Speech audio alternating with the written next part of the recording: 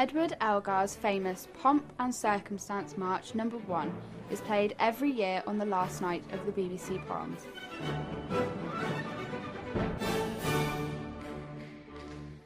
This video has been taken from the 2012 performance by the BBC Symphony Orchestra. This piece provides inspiration and pride to British people and is the pinnacle act of the Proms.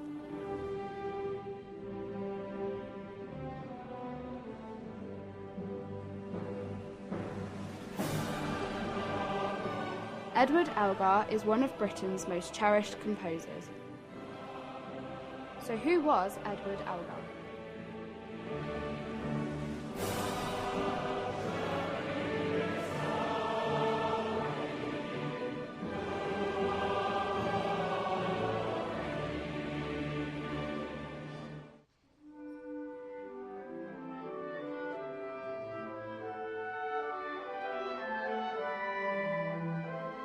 The city of Worcester is where Edward Elgar spent his childhood. The city is full of beauty and serenity. You can find the legacy and inspiration drawn from Edward Elgar throughout the city, including the famous statue of him watching the cathedral.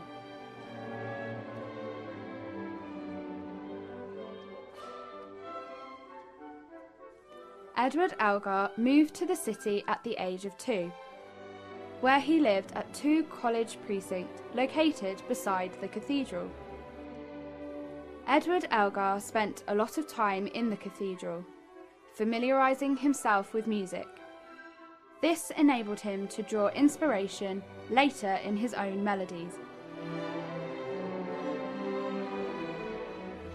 The Edward Elgar Birthplace Museum is located in Lower Broadheath on the outskirts of Worcester. Here they have preserved the cottage in which Edward Elgar was born. People can explore a collection of his belongings and a full exhibit of information on his life.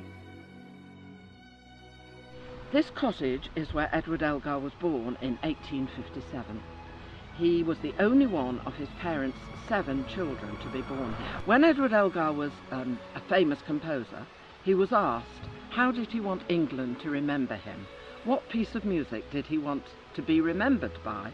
And he said, never mind the music, I'd like them to preserve the cottage where I was born. It's the only wish I've got. And that's what his daughter did after he died.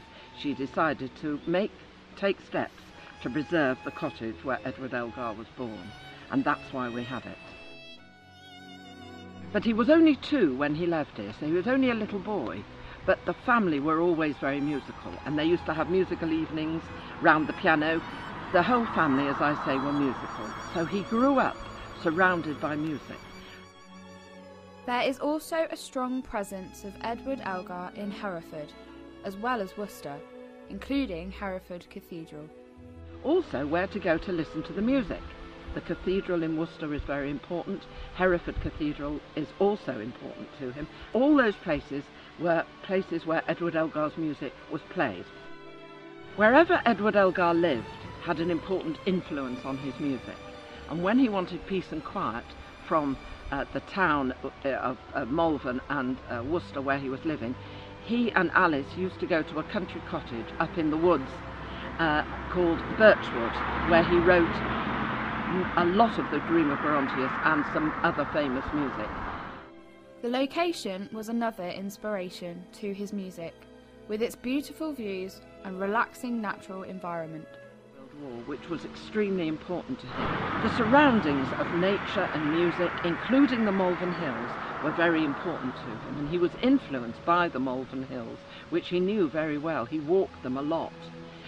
In the cottage, from the garden, you can see the Malvern Hills, and as a baby he would have seen them, and they would have been an important part of his growing up.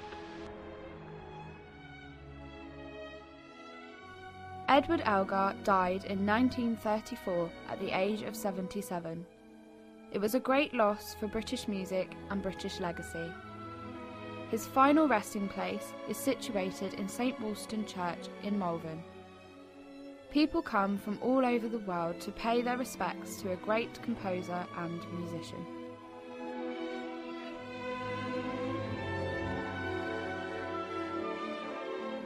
Edward Elgar was an inspiration to many. He will be remembered by all, and his music will live on in the hearts of generations to come.